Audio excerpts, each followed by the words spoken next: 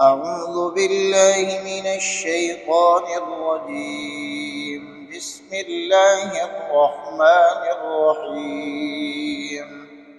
الرجال قوامون على النساء بما فضل الله بعضهم على بعض وبما أنفقوا من أموالهم، فالصالحات قانتات حافظات للغيب بما حفظ الله، واللاتي تخافون نشوزهن فعظوهن واهجروهن في المضاجع واضربوهن، فإن أطعنكم فلا تبغوا عليهن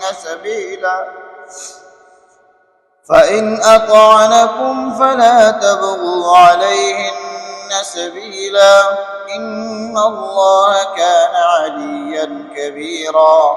وإن خفتم شقاق بينهما فابعثوا حكما من أهله وحكما من أهلها، إن يريدا إصلاحا يوفق الله بينهما، إن الله كان عليما خبيرا.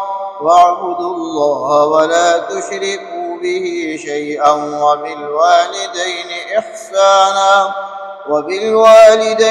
إحسانا وبذي القربى واليتامى والمساكين والجار ذي القربى والجار الجنب والصاحب بالجنب وابن السبيل وما ملكت أيمانكم، إن الله لا يحب من كان مختالا فخورا.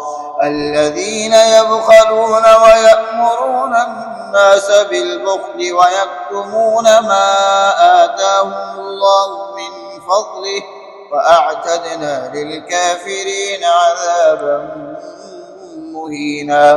والذين ينفقون أموالهم رئاء الناس ولا يؤمنون بالله ولا باليوم الآخر، ومن يكن الشيطان له قرينا فساء قرينا.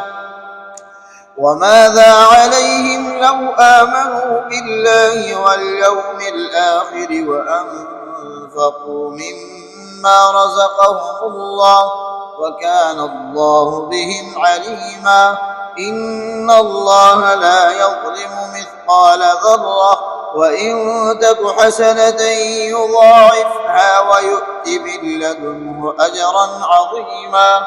فكيف إذا جئنا من كل أمة بشهيد وجئنا بك على هؤلاء شهيدا، يومئذ يود الذين كفروا وعصوا الرسول لو تسوى بهم الأرض ولا يكتمون الله حديثا.